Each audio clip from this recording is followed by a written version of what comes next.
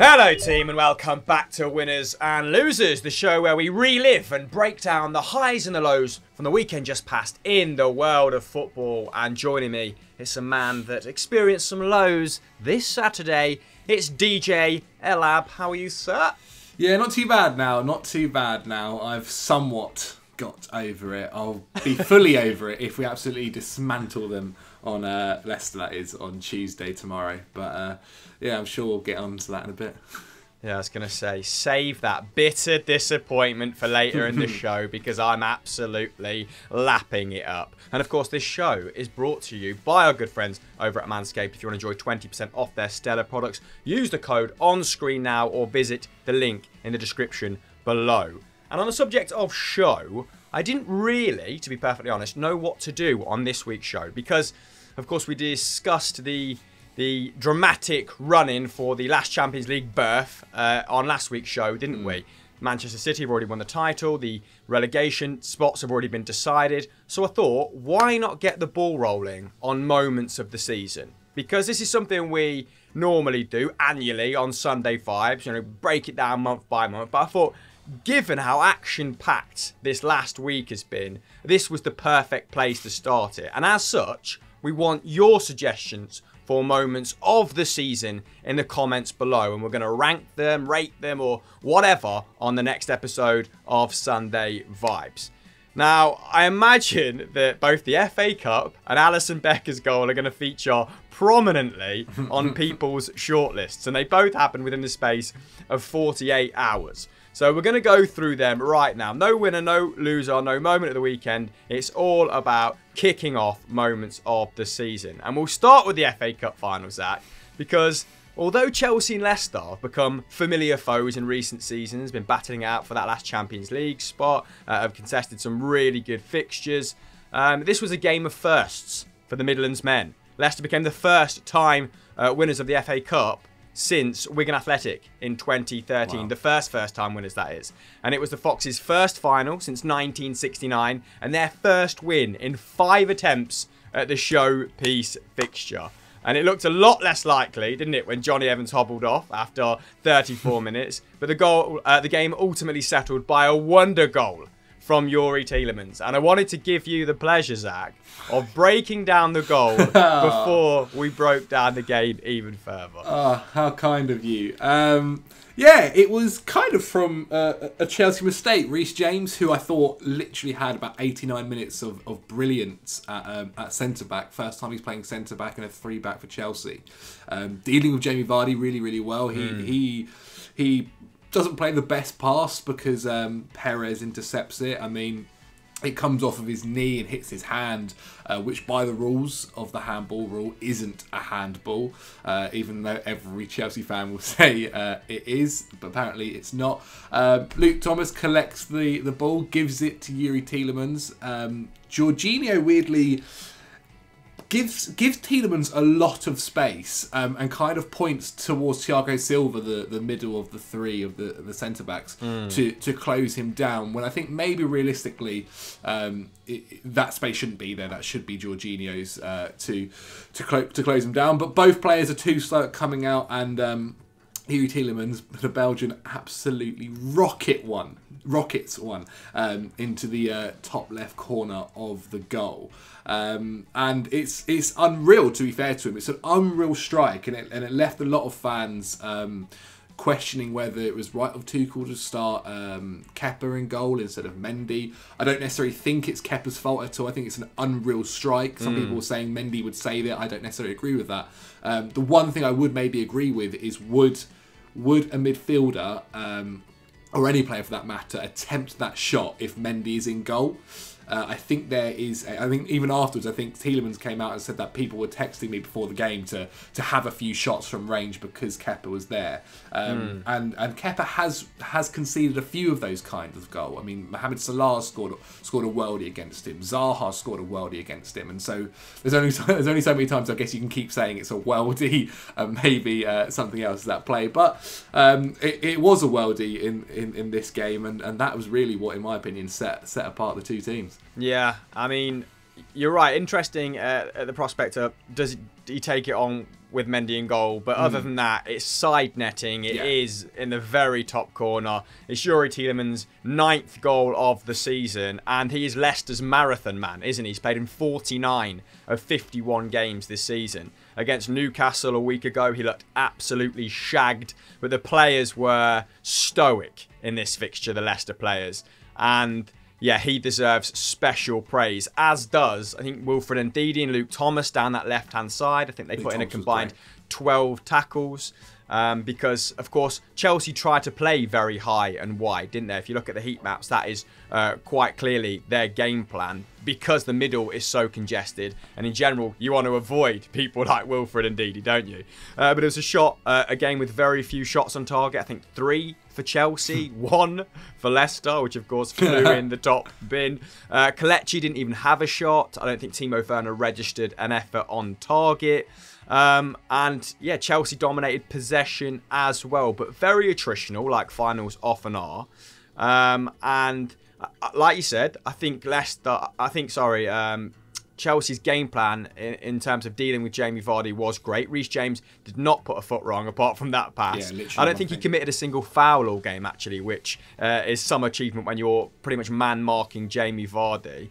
And Leicester's defence had to put in a real shift, didn't they? 22 clearances versus Chelsea's 9. 15 blocks versus Chelsea's 6. Wesley Fofana, an absolute man-mountain throughout. And what about that snapshot from Mason Mount, which Schmeichel somehow managed to keep out, Zach? Did you think that was flying in? Mate, that's probably one of the greatest saves in the FA Cup final. I'm trying to compare it to the Petr Cech one against Andy Carroll. I think that might slightly edge it for me. Maybe there's a bit of bias there, but I was watching it with I've lost my words there.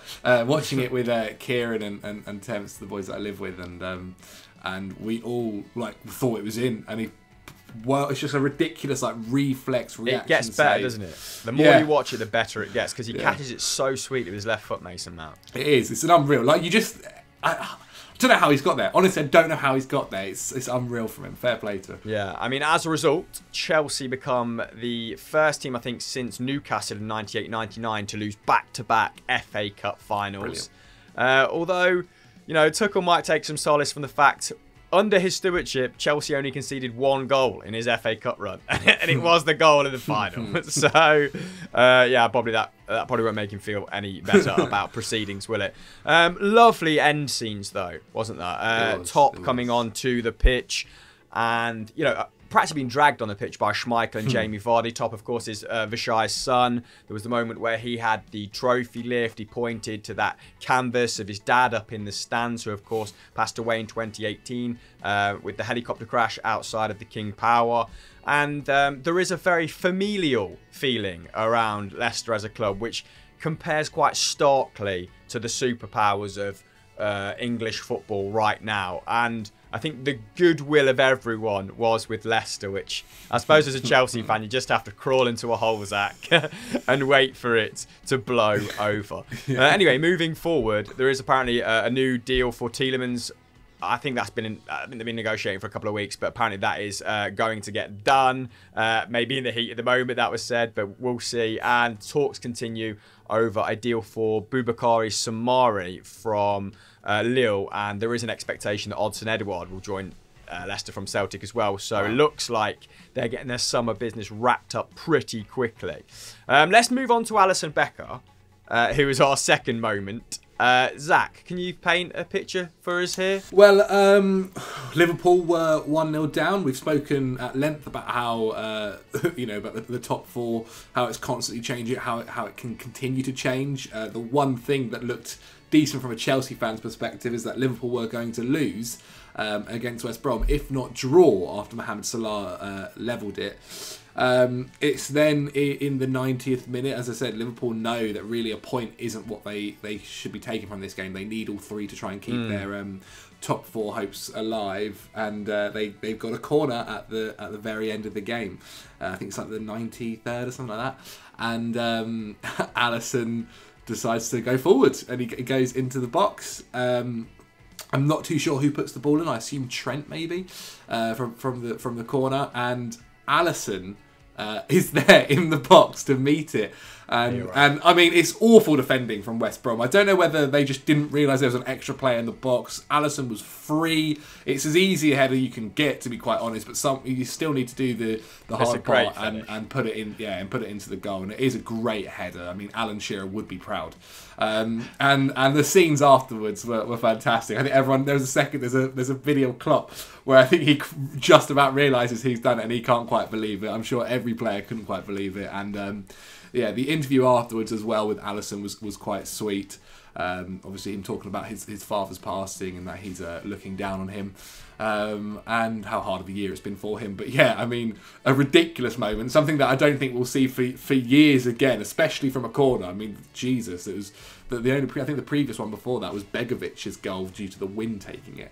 But yeah, ridiculous scenes, and now they got 3 points from it, and they've put the pressure on, especially as Chelsea play Leicester at Stamford Bridge tomorrow night, and if whoever loses out of that could be one that drops out of the possible top 4. Yeah, because Liverpool's running by comparison very easy. I mean, you just said it then, a historic goal, something we might not see for years to come. I mean, it might be another 130 years if history is anything to go by, because he's the first goalkeeper in Liverpool's storied history to score a competitive goal for the club. And it was actually, I think, the only time a goalkeeper has scored a header in Premier League history as well. They're normally looping goal kicks, aren't they, which deceive their goalkeeping counterparts when the wind picks it up or something. But this was emphatic. Liverpool have now recovered 94 points from losing positions in the Premier League under Jurgen Klopp. So very much part of their DNA under the German, isn't it, to go for it till the very last breath. But West Brom were the team, like you said, Zach, that broke the deadlock. Robson Kanu turning home his first goal in his first start. And it was a lovely, lovely steered left-footed finish. Assisted by Mateus Pereira, who now has 16 goals and assists. I think if my maths is correct, he's been responsible for 48%. Or been involved in 48% of West Brom's goals this season. Surely someone has to snap him up, Zach. Where can you see him going next summer? This summer even. If you're Matheus Pereira's agent, wow, couldn't say his name. Matheus Pereira's agent, where do you send him? I think there'll be a few clubs possibly in the Premier League. Obviously, I don't think he'll be maybe going too high in the table. Though that being said, if West Ham can't secure a deal for Jesse Lingard, I don't think he would be the worst option for them at all. He'd be nice. Pretty good. As I said, yeah, there's a few. It's just about how much you get him for, and I'm not too sure on his contract length with West Brom and stuff like that. So I think there are definitely a few clubs, and as I said, if Lingard can't stay, then defo West Ham. I think West Ham's a good shout. I've said it before and I'll say it again, I'd also much prefer him on the right-hand side of Leicester's attacking, 3-4 than Iosi Perez, who has kind of played the last 2 games as a 10 purely because he has 2 working hips and Maddison doesn't. Anyway, Mo Salah did equalise with a snapshot on 33 minutes. That was his 22nd goal of the season, which brings him level with Harry Kane in a bid for the Premier League Golden Boot.